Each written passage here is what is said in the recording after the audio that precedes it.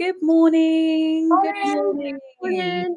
Hello, Hi. everybody. I hope you're all having a wonderful World Book Day so far. No, it's all a little bit funny this year, what with the strikes and children having it on different days. But whatever you're doing, however you're celebrating, we hope you have a wonderful day. We are very excited because we are joined by the lovely Fiona Lumbers today, illustrator and author, and we're going to ask us some questions, talk about her new book, and all that lovely stuff. Before we launch into the interview, I wanted to just mention that we have two giveaways. One is currently already live on our Instagram, YesBB and YesBB Books. And we've got a Tony box along with some Tony figures and the corresponding books, of course. And the second giveaway that will happen will be in our Facebook group, YesBB Babble, and it's going to be a quiz. And we'll have some generic kind of book questions, also some questions that you'll have to be listening to this live to find the answers for. And we'll announce kind of that later on at 4 p.m. and you'll have some time to spit your answers. We will close submissions tomorrow at midnight, and then the winner will be announced by the lovely Beth Art on Saturday morning. So I think that is all I need to say in terms of giveaways. And now I thought, yes, we'll talk about what is everyone's little ones gone as for World Book Day. Fiona, what about you've got two boys, haven't you? I've got two boys, yeah. You just mentioned your eldest is doing mocks for GCSEs, but has he had the opportunity to dress up? And what about your younger son? Well, we've always dressed up for World Book Day, but both my boys are now at secondary school, so obviously they don't do that anymore. But in the past, they've gone as some great characters, lots of like Benji Davis. So we went as the Noi from the Storm Whale one year, and the Amazing Broccoli Boy, the Claude books. So yeah, a whole array of costumes. I actually really miss it. I remember at the time it being really stressful, always trying to get the costumes together. But now they're a little bit bigger, I'm actually really missing it. So it's nice to live vicariously through making books and kind of producing books rather than dressing them up as book characters now. Love that. I mean, that's amazing. Amazing. Yeah. How about you? So this year, James's school isn't dressing up. They've made a decision for all parents due to the cost of living crisis, but they've got loads of fun book activities. We've got loads of stuff planned, and they're doing a book exchange. So all the kids are bringing their own books and coming back home with a new book. But he has previously dressed up. Last year, he was a skeleton from Funny Bones, because that's one of his favourite books. So he was planning to be Willy Wonka this year. So hopefully he can just wear his little costume anyway whenever he fancies. Absolutely. I love the idea of the book exchange. I think that's a really fantastic kind of thing to do. Elijah, he's at primary school, and they held World Book Day yesterday because it was only his year group actually has gone in today. So he dressed up as Harry Potter yesterday, and my eldest son is at secondary school, and they will be celebrating tomorrow, and he's going, I'm not quite sure if this really counts, but he's into cadets. He's got his cadet magazine, and apparently his teacher's cleared the magazine comes under the book category, so he's going to go in his cadet gear. I kind of think that's a bit of a cop-off there, but there we go. So you still read a magazine, don't you? So it's true. Yeah, that is true. That is true. Okay, well, I think then we shall launch into some questions. Brilliant. Perfect. Okay, so our first question is, what inspired you to become an illustrator? Well, it's a bit of a long, convoluted story, but I actually trained as a fine artist. So I moved down to London to do a master's in painting in 2000 at the Royal College of Art, and worked as a fine artist and worked in galleries and taught in various universities and things. And then I had a bit of a sideways step and ended up teaching art in prison for 10 years. Which was a bit random. Didn't mean to stay there that long, but it just kind of happened, and that coincided with having my kids, and it just kind of worked. But I've always loved picture books, and I've always loved telling stories through art. And so I kind of adapted when I had children and didn't have my painting studio anymore. So I started working from home, and my work got smaller, and I started making stories for the boys, and it just kind of led me down a path of illustration, which I used to post online at the beginning. So like on Insta, on Twitter, maybe starting about 8 years ago, just as a way to kind of get it out there. And through that, I met my agent, and the rest is history. So I've been doing this for about 7 or 8 years now, and I love it. It's brilliant. That's amazing. Amazing. Yeah, it's nice to hear that you were able to use social media as an outlet to get your work out there. That's actually really. I mean, it was amazing. I think probably its heyday was probably about 6-7 years ago in terms of sort of like art challenges and people being able to see like your pictures, and it was quite a different beast back then, but it kind of it worked really well. So it was kind of a good time for me to do it, and it was a really good tool to kind of meet people and network and meet lots of illustrators and writers and sort of contemporaries. And I've got a really lovely big network of friends now that sort of came about via social media. So it was a real tool for the good back then, I think. Yeah. Great, amazing. Okay, so can you talk to us about the first book that you illustrated and what inspired inspired your style, I suppose, and how you went about illustrating it? Sure. So I was really luckily paired up with who is the now children's laureate Joseph Coelho. I was paired up with him through Anderson Press to do my first picture book, which I can grab. Luna Loves Library Day, which has become a big series now. But so this was my very first picture book, and the style, the character was kind of inspired by my boys, because they're mixed heritage and they've got big curly hair, and even though Luna's a girl, they kind of inspired the look of the character. So I use them as my sort of muses, and I used my husband as Luna's dad. So kind of inspired from what's around me, and just wanted it to be really joyful and colourful, because Luna's a really positive little character. So that kind of inspires the colour palette in the book, and just the general look of it, I think. I love the illustrations. That we've got lots of the Luna Loves books, and it's just so inviting, and sit on the bookshelf there, it just, my son always reaches for it because they are just drawn to those illustrations. So going on from doing your first book, do you have a favourite book you've worked on? Well, I mean, I love them all. It's really hard. I think I mean, I've got a real love for the Luna books. They kind of started my career, and it's kind of sustained my career, and I love making them, and it's an ongoing thing. So Luna has a very special place in my heart. But in terms of my other books, the one I've written 3 books now. It's hard to choose between them, but I guess if I really had to, I'd probably say my most recent book, Ghost Orchid, just because the style of the artwork in there. There it is. It's just kind of like the most painterly book that I've made, and it kind of taps into what I used to do before I was doing this. So it sort of feels quite like my practice has sort of come full circle in that book, I would say. But I mean, it's beautiful. The illustrations are absolutely stunning. I said to you earlier before we joined on, I absolutely love. This is probably my favourite page. It's just absolutely stunning. The northern lights is just gorgeous. But definitely one that I can just spend ages looking at. Oh, that's really nice. I love making it as well, because I made it over lockdown, so I got to kind of travel vicariously when we were all stuck at home. I got to sort of travel the world through sort of researching the images. So that's amazing. That's good. Lovely. Okay, and I'm going to ask now, and it might be a tricky one because I feel like there's always so many to choose from, but what was your favourite book as a child?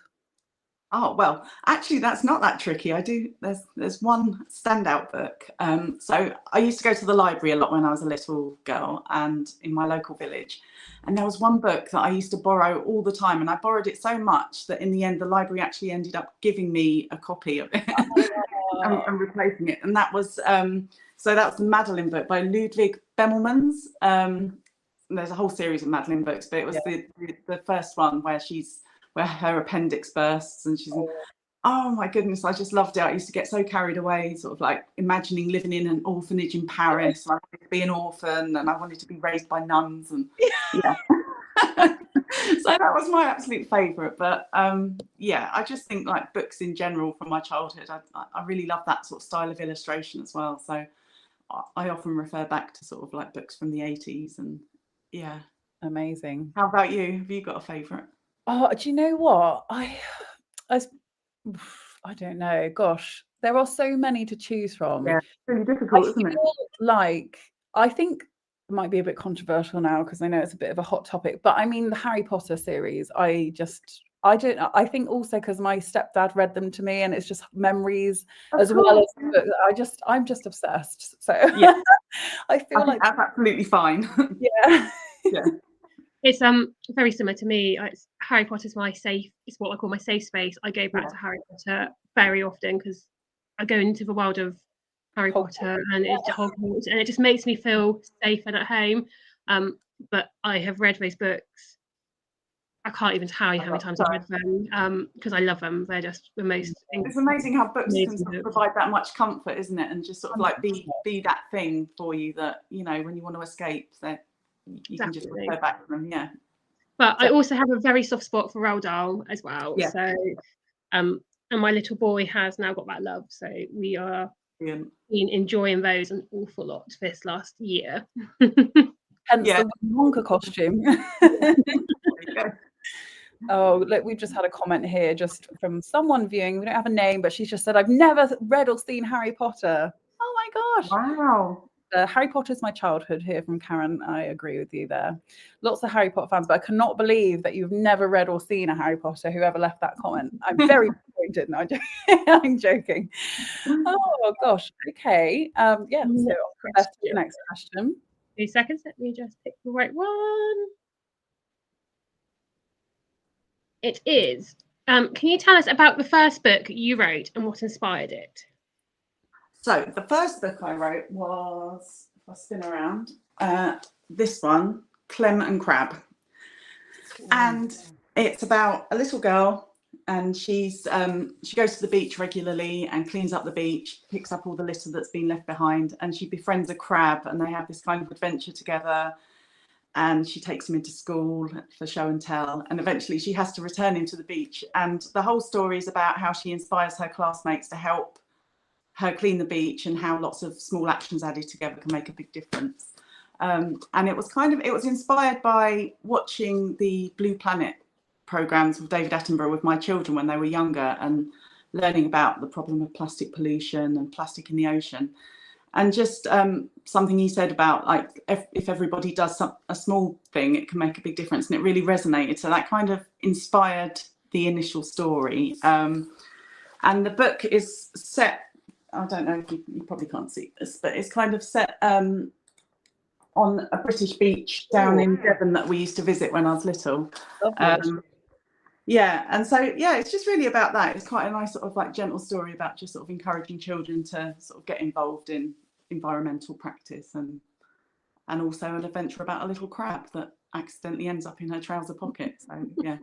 There was just, I haven't read that book of yours, but there was a page that you just flicked through. It was probably in the ocean with lots of fish and things. Oh, I think that might be the aquarium one. Oh, that is just so scrummy to look at. She takes the crab to the local aquarium to learn facts about the ocean. Yeah, amazing. That's really lovely. Oh, I definitely have to add that one to our collection. Sucker for the illustrations right there. I'm so okay, so that was your first book. What about your most recent book? And I wonder, it's Ghost Orchid, but have you got any facts about the Ghost Orchid you could tell us? Well, let me have a think. So, I mean, they're really rare. They only grow in 2 places around the world, in the swamps in Florida and also in Cuba. And they usually flower for just 2 weeks a year. They don't have any roots. They kind of wrap around trees. So their roots wrap around trees.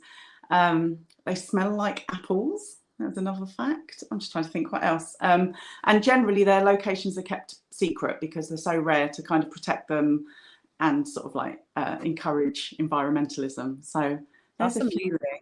Yeah. Thank you. And so how did that book come about? Well, it's a bit random.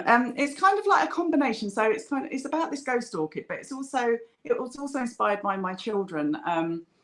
When we used to go anywhere, like, you know, as a mum, you're always sort of late and rushing to get to baby class or get to wherever you're meeting your friends or get to whatever you're up to.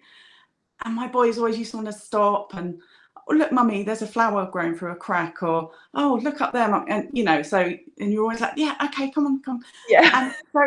And so so the story is about a little girl who, her parents were explorers, and they've been granted an expedition to go and find the ghost orchid. And so the story tells of their journey, how they travel there overland through lots of different countries. And the whole way through the book, Ava, the little girl, the protagonist, is spotting all these amazing things. But her parents are so hell-bent on finding this flower that they're just like, their heads are buried in the map, and they're like, come on. So it was kind of like a combination of my children teaching me to slow down, and also an article I'd seen about this amazing flower in National Geographic. And I just sort of like intertwined the two to sort of like accentuate this idea of, look, so the parents are missing like the northern lights, big whales under the boat, there's all sorts of things, bears, there's lots of animals to spot throughout the book, kind of hidden in the undergrowth as they go through the jungle. So yeah, it's all about slowing down and learning to explore the Ava way, so actually noticing the journey as well as the destination. Amazing. I really love the concept behind that, actually. And like you say, we can all learn a lesson to try and slow down a bit. It's really hard as a parent, but so hard. I think just as a busy adult, you're always sort of like rushing about, aren't you? But it's nice to sometimes just stop and look up, you know, see what's around. And yeah, so it's just kind of encouraging everybody to do that a bit more. Absolutely. Yeah. Amazing. So what have you learned from creating your books and illustrating? What's like the sort of things you've learned as an illustrator and author?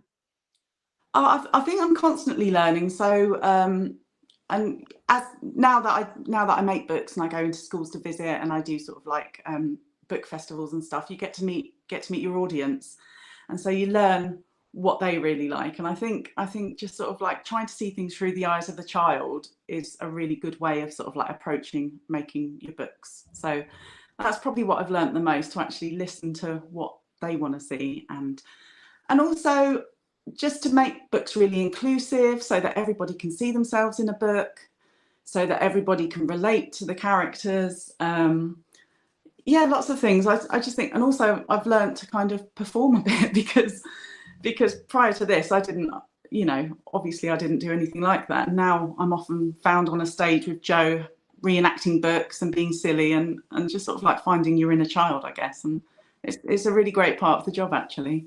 Yeah. Amazing. Really, really great. That's yeah, really good things that you can carry through, and I think everyone can take a lesson there from yes, trying to be more inclusive and seeing things through your child's eyes. Like, oh yeah, really, really important stuff. Thank you. So do you have any new adventures coming that you want to share, or is it all under wraps? Like, is there anything? Well, I mean, so today Luna Loves Books has been published, which was based on a couple of years ago during lockdown. We were actually chosen to write one of the World Book Day books that you get with your voucher, which so that was the original one, Luna Loves World Book Day, and now it's been turned into a board book, Luna Loves Books, and this one is actually going to be read tonight as the CBeebies bedtime story, being read by Lenny Henry. That's really exciting. So that's like a little bit of exciting news for this evening. And we're working on more Luna adventures. There's another one coming out later on in the year, Luna Loves Christmas, which is really exciting. And there's another one next year, Luna Loves Gardening. So the series is carrying on. I've also got a couple of other books publishing this year. There's a book called My Tree, which will be publishing in May, which is written by Amy Sparks, and it's all about kind of being present in the moment and sort of like learning the life cycle of the tree, sort of reflecting the child's life. And it's really beautiful. It's like a really sort of like lovely summery looking book. And then the paperback of Ghost Orchid comes out. So it's quite a busy year. Yeah, it's got a lot of things going on. Quite a lot on, yeah. We just had another message here from Lucy. She just says, amazing, we will be watching CBBC tonight. She's going to be watching the bedtime story, bless her. Yeah, me too. Really exciting. That's amazing. I'm so excited to see all your new books that come out, and continuing loves. Thank you. So not just from an author illustrator point of view, but from as a parent, what do you think we can do to encourage our children to read more?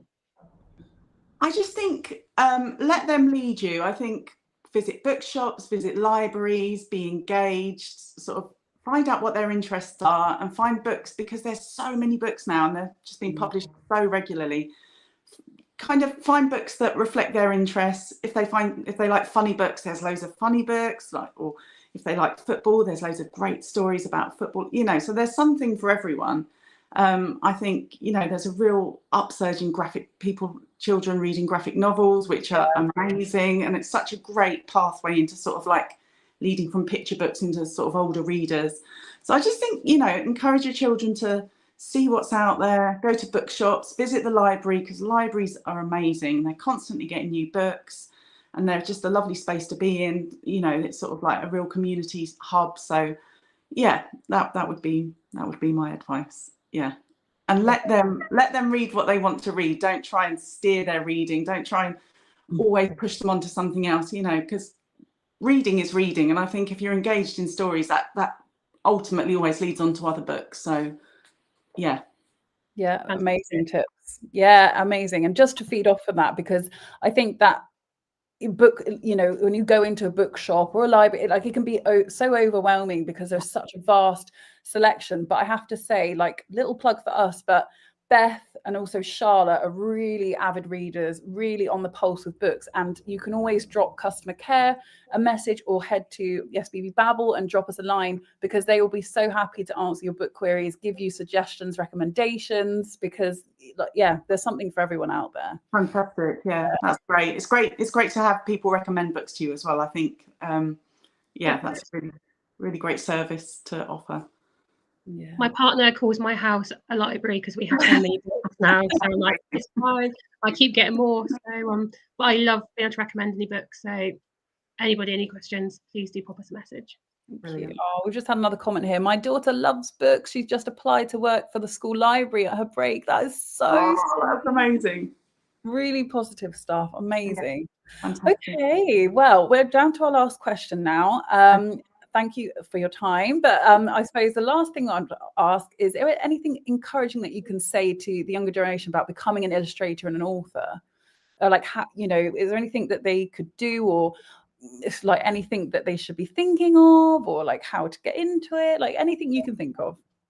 Okay, yeah. Well, I mean, for me, just draw all the time. If you love illustrating, just have a little sketchbook with you.